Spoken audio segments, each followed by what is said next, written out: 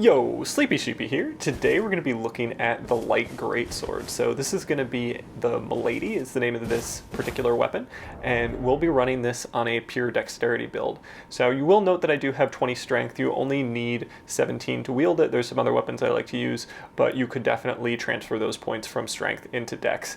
And with Millicent's prosthesis, we have 66 dex on a level 139 build. And we also have 37 endurance just to make sure that we can hit 100 poise with Bullgoat Talisman without needing the Great Jar's Arsenal. So not super necessary, but I do like to have that extra poise. Also, we'll be running the Rotten Wing Sword Insignia as well as Millicent's Prosthesis to boost our consecutive attacks, since this weapon has a bunch of consecutive attacks and you'll be frequently proccing that to boost your AR. I also went with the two-handed sword talisman, which boosts two-handed attacks, since we will be running this two-handed most of the time. However, occasionally we will be pulling out an offhand curved sword, and I also just really like some of the one-handed moveset. So the majority will be two-handing, but occasionally we will one-hand, and we have an offhand curved sword for those instances. If you don't want a two-hand, or you just want to try something else, instead of this talisman, I would strongly recommend Shard of Alexander as a great option, or you could use Shard of Alexander and this Stance Talisman, which will give you a AR bonus when you go into this Stance type Ash of War. And you can see there I hold it for a little while, and then the AR gets boosted. So that's a good talisman to know about. Both are new in the DLC. The Shard of Alexander is not, but based on my testing, I found that the AR boost from Shard of Alexander as well as the Stance Talisman was exactly the same. So if you're not stacking them, there's no point in really not running the Shard of Alexander, which kind of gives you that AR boost to your Ash of War immediately, rather than needing to wait and hold that Ash of War. So that's just a good thing to note about those different talismans. They're best used when stacked together. I also noticed that, at least with testing, two-handed sword talisman did not stack with the Shard of Alexander and the Relana's cameo, so it's worth noting that those don't all three stack together. This two-handed seems to just apply to regular hits. So this is my talisman setup. There's tons of ways to optimize it, but I thoroughly enjoyed this. As for the armor, we'll also be running the Greaves of Solitude, Black Knight Gauntlets, the Black Knight armor, and Helm of Solitude. I just think it looks cool, and I love all this DLC armor. Moving on to the moveset, we're going to have a lot of different options at our disposal. So I really like the heavy attack. That's the fully charged heavy, which has nice forward momentum. The uncharged heavy also has good forward momentum, and honestly it comes out pretty quickly. We'll also have access to the light chain, which are all pretty nice. They aren't too fast, but they aren't too slow either. The jumping light attack comes out with like a poke, and I think you can play this somewhat similarly to an HTS, where you kind of go for those jumping light attack pokes, and it's really good with like instant momentum changes. And then we also have the jumping heavy that comes out in 2 swings, so I'll be using that a lot. I also like the follow-up with the light attack. It just looks really nice, comes out very fast, it's very fluid. As for our Ash of War, we're going to have the Winged Stance, which has 2 options, the first one being the heavy attack, which comes out as a poke, and the second one being a light attack, which comes out as multiple swings and follows up very nicely into a heavy attack. So I definitely recommend going between those two pretty fluidly, especially if you continue to just kind of land hits on your opponent. We also have the running attacks. So the running heavy comes out with 2 swings, and honestly it doesn't have amazing forward momentum, so it's not amazing for roll catching. The running light comes out as a single poke, which is decent, but again, like not crazy range. But my favorite light attack is going to be on the one-handed moveset, and that's the running heavy, which comes out as 2 hits, and a lot of times you can bait a roll with that first swing and catch it with the second. So that's really nice. The running light attack is not amazing, but it's fast, so it comes out like that. And the light attack chain is also pretty strong. I really like just the neutral light attack on the one hand. The two-hand is also solid, but it's probably better on the two-handed moveset. And yeah, we do have some good pressure in the offhand with the Shamshir, which also has amazing backswing. So these two weapons together just have a ton of vortex potential, and like the one-handed move or the two-handed moveset already has great vortex potential, but you throw in an offhand curved sword and it really just keeps your opponent guessing, and you have so many good options to play with. So that's enough about the moveset. As always, if you wouldn't mind considering subscribing, I would appreciate it, but let's go ahead and jump into the showcase. Alright, so our first invasions are going to be in the tower settlement area. Again, I really enjoy this place. I just get very consistent invasions here, very good ones, and there's lots of just good terrain options. So I won't harp on that too much, but it's a good place to invade. First up, we have two players that have lots of Ashes of War, and that's kind of going to be the theme, and we're going to have to be very patient and wait for our turn, but periodically we can get in some nice chip damage with the Milady and just utilize the quick swings that come with the light greatsword class and just kind of get bonuses. It has good recovery, I would say, so you're able to get in and get out pretty fast, and that makes your life a lot easier. You're not as committal as you would be with a greatsword, but that does mean it has challenges of not having hyper armor and not necessarily poise breaking all the time. And I think that's the biggest thing to get used to with this weapon, is just figuring out when you're going to get the poise breaks, when you're able to disrupt hyper armor. One of the best options in your arsenal, I would say, is going to be the winged stance heavy attack.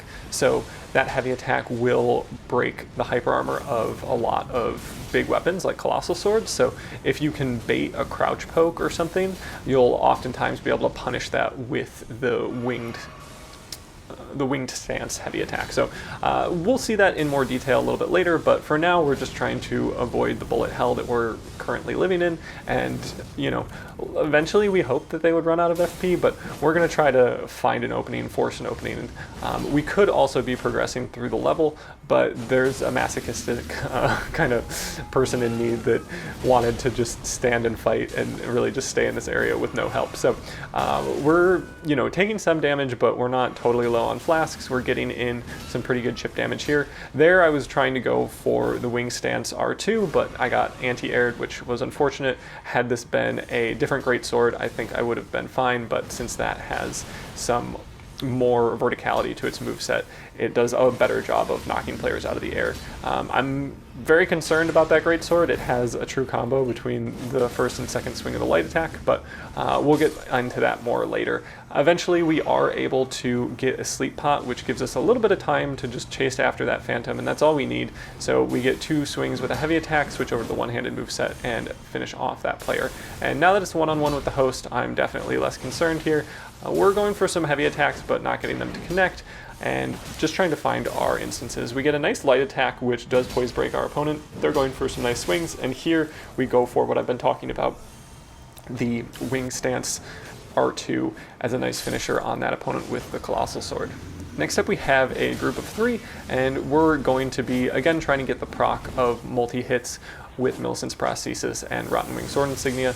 Occasionally I'll be swapping over to a Misericord that has Lightning Bolt on it, just so that I can get some range distance. It's also really nice to just have some sort of finisher that has some element of range on it. So if you're going for a chase down, or somebody's hiding behind two other players and they're very low HP, it's really good to have something like that. So Thunderbolt in that instance is super useful, and it's also good to just throw out occasionally. It can be a great way to bait your opponents into a little bit more aggression. If everybody's just kind of hanging back, you can say, hey, I've got a ranged option too. So that's pretty nice.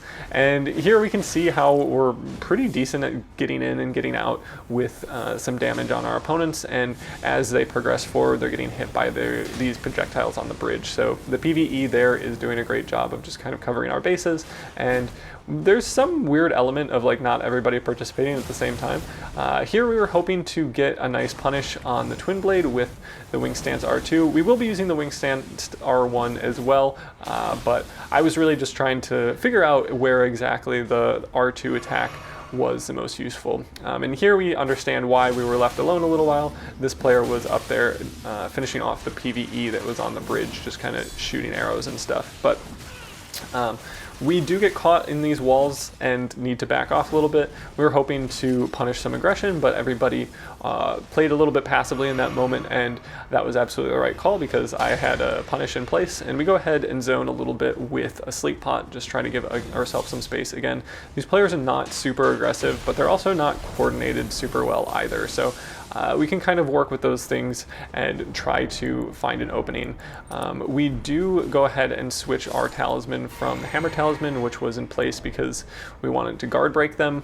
However, we don't feel like we're gonna really get a guard break. So as everybody's rushing in, there's some PvE that's kind of making its way downtown, and yeah, we get this nice combo with the PvE where we hit them with lightning and get a 2-for-1 while the PvE is coming out with some swings, and then we get a few more swings and finish off the host. So definitely the right choice to kind of backpedal there, and while the Milady didn't do a ton of work in those last moments, it was super helpful in just kind of getting in the chip damage we need, and we'll also see it just put in a lot more work as we progress through the showcase. So this next player has, I believe, power stance light Greatswords, but I'm not 100% sure. Yeah, these are the Rilana Greatsword. So those are, you know, pretty scary. They do a lot of damage and have two different options. It's cool to see in Faith weapon. I believe that's their setup, kind of like the Sword of Night and Flame, but with a lot more projectiles and something that's reminiscent of Moonveil, but it's not as bad, so I'm not upset about that.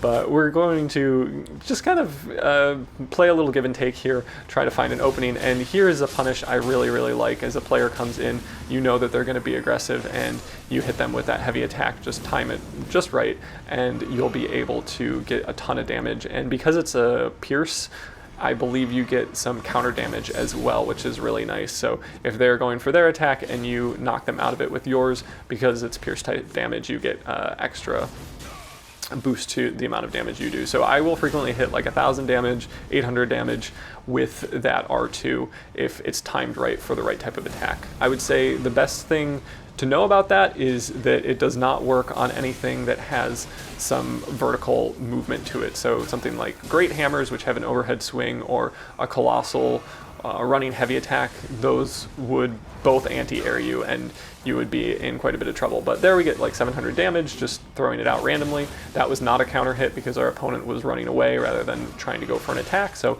we don't see that quite as much. And the opponent falls down, and we actually get a swap over to the Misericord and get the wake up with a nice backstab. And this player is very low on health. We go ahead and just throw out one more heavy attack on the wing stance and finish them off.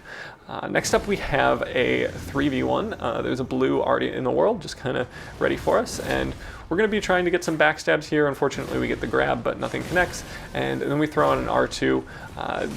Doesn't bode well for us just because of the hyper armor on axes, and yeah, this is a dangerous weapon to be going for the R2 from the winged scythe, or the, sorry, the winged stance Ash of War, just because there's so much vertical movement to the heavy attack from, or just the light attack from the great axe. So we'll see if I go for that. I think if I space it correctly, like if I'm pretty far away and they're pretty like far short of where they need to be, then it is possible to still land it, but it's a bit of a gamble. It's a lot less risky on something like a running light attack on a great spear. So again, we're just throwing these out randomly. It has such low recovery that you can kind of get in, get out before you take too much damage. You're not really stuck in that committal animation.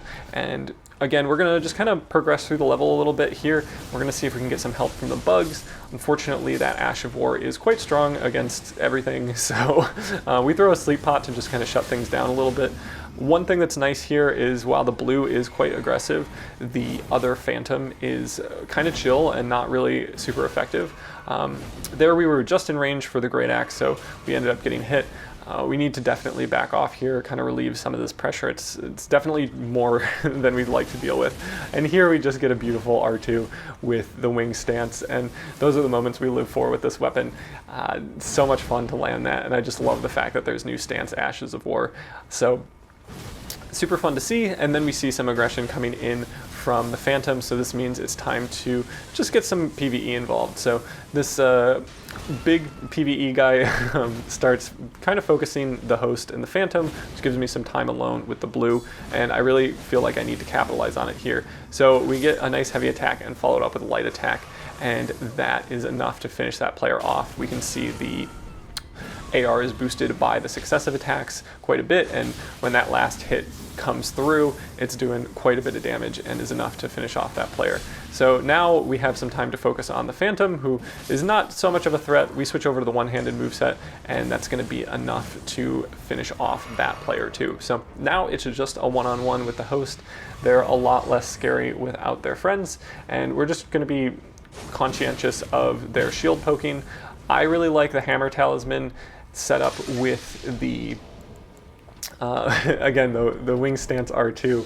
I think it just does a ton of poise damage and is really a great way to set up for a guard break with this weapon. So we see them poking again, and now we're just going to wait for the poke, and we do get the guard break. So really just knowing that the Hammer Talisman is great and the R2 on the Ash of War is great, it's going to kind of help you out a lot, and we'll see that later on in the showcase, that just being quite helpful and a good way to deal with shields a little bit. I don't know if it would work on a fingerprint shield, but for medium shields and some of the less intense great shields, I'd say it works fairly well. Next up, we're going to be on the first floor, Site of Grace. I'm forgetting the exact name, but we do get knocked out of the air with a jumping L1 from Power Stance Great Spears, and then this player follows that up with a long Ash of War animation. So we tried to get in for a backstab. That is definitely possible, but the timing is very tight. So it's kind of a bold strategy, but I feel like it's something that's worth learning and something that I'm spending some time on, just because, you know, the whole thing is very telegraphed. So if you can time it right, you can set yourself up for a nice juicy backstab. So this player goes for the first part of their Ash of War, does not do the follow-up. We go ahead and throw a sleep pot, and we do end up getting the opponent slept. Now, this player with the Power Stance Great Spears does take some damage from a running light attack, and then we get a jumping heavy for quite a bit of damage, and then we pop over to the one-handed moveset for some running light attacks, or running heavies rather. Those have the two-part swing, which is, again, really nice, and eventually, after I think the third try, we do get the full running heavy to connect, and now we begin the chase down on the host here, and we're going to be throwing out some swings with our offhand curved sword, but really the Milady is doing the bulk of the work here, and we do switch back over to the two-handed moveset for a decent amount of damage. We're going to reset to neutral a little bit, and here we just get such a nicely timed R2 on the Ash of War, and that's really where it shines. It's just such a nice punish. It functions very much like a neutral jump punish, but I think it's faster and just kind of easier to set up for so many different weapons.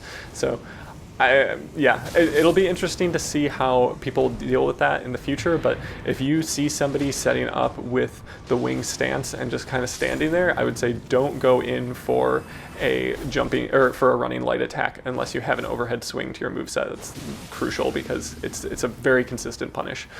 This player has a parry shield, so we're going to go ahead and try to set up for some types of jumping attacks, and here we throw out some Thunderbolt. We don't get it to connect, so we need to back off a little bit, and that Ko will live to fight another day. We're going to go ahead and throw some sleep pots just because there's not a lot of room to maneuver, and here we get a couple hits out. We're trying to delay our attack so we don't have a very obviously parryable kind of frame setup, and we do get a nice jumping attack on that player and roll that into a nice backstab on the host here. So now we're set up in our stance, they're stuck in a wall, and we do go for the Ash of War light attack, which does not do a ton of damage because we missed two of the swings, but it's pretty good, and because this is lightning infused, we do get the 2 damage that we needed to finish off the host, and we can move on to the duel portion of the showcase. Our first opponent here is going to be running the dreaded Duelist Shield, which I just find a very difficult weapon to get around for obvious reasons, and our kind of main hope here is that we can either catch them out of the air if they're jumping, which is quite possible with this light greatsword because there's a lot of verticality to many of the swings. So that's one option, and then also if we can guard break them, that's another good option. So we'll be thinking about potentially landing the Ash of War's R2, so the wing stance has a very nice kind of overhead jump where, you know, we can just see it right there, where you can frequently do a lot of stance damage. And there we get a couple quick swings in that do most of our opponent's damage. However, we have taken some damage ourselves. We go for the Ash of War light attack and follow it up with a couple more light swings and finish off our opponent. Next up, we have another player, and this is going to be a mirror match between light greatswords. However, they won't be running the two-handed moveset, they'll just have the one-handed moveset, and I will join them soon enough, but I will have an offhand Shamshir rather than a shield. So we get a couple quick swings in. Now we switch over to the light moveset. We get a nice poise break with the offhand Shamshir, and as they try to run around us, the offhand Shamshir does a great job of catching that player. Next up, we have a player running a Great Spear, and this Ash of War caught me by surprise. I didn't remember that there was that follow-up part, but I did remember that you could grab a backstab if you were positioned well enough and fast enough. So we do get a backstab on that follow-up part of the Ash of War before the spears come out of the ground, which is awesome. And now we just kind of play fairly aggressively since we have quite a big lead in health. We go for a jumping heavy attack and follow that up by a jumping light attack, and now they have very little HP left. We wait for them to go for that final Ash of War throw, and then we get just a very nice running light attack for the finish. Moving on, we will have a player again running the Duelist Shield, so this is something we've seen a lot, but it's always nice when you can come out with a victory against players that have a pretty strong setup. So they're going for a couple pokes, and we need to definitely respect that. And here we get a guard break, and that's what I love about this Ash of War. The wing stance heavy attack is great for guard breaking, and we're able to get a riposte and a wake up with the offhand Shamshir, and again, come out with a victory. Next up, this player is also running a light greatsword, so I love to see these mirror matches, and they don't have very much poise, which is going to be a problem for them. So we get a number of swings in and just kind of vortex them very, very quickly and come out with a victory. I would say poise is important in this patch, definitely against a weapon like the light greatsword.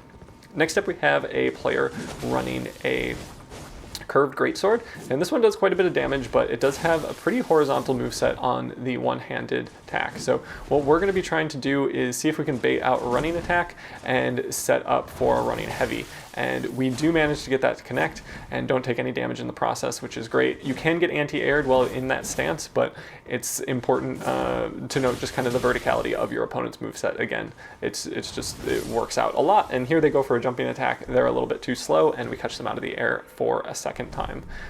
Next up, we have a player also running a light greatsword. So this is a very popular weapon at the moment, and we go for a jumping heavy, followed up by a light attack, and get 3 quick swings, which does boost our AR due to our talismans, and then we just pull out the one-handed moveset and catch them with an offhand Shamshir.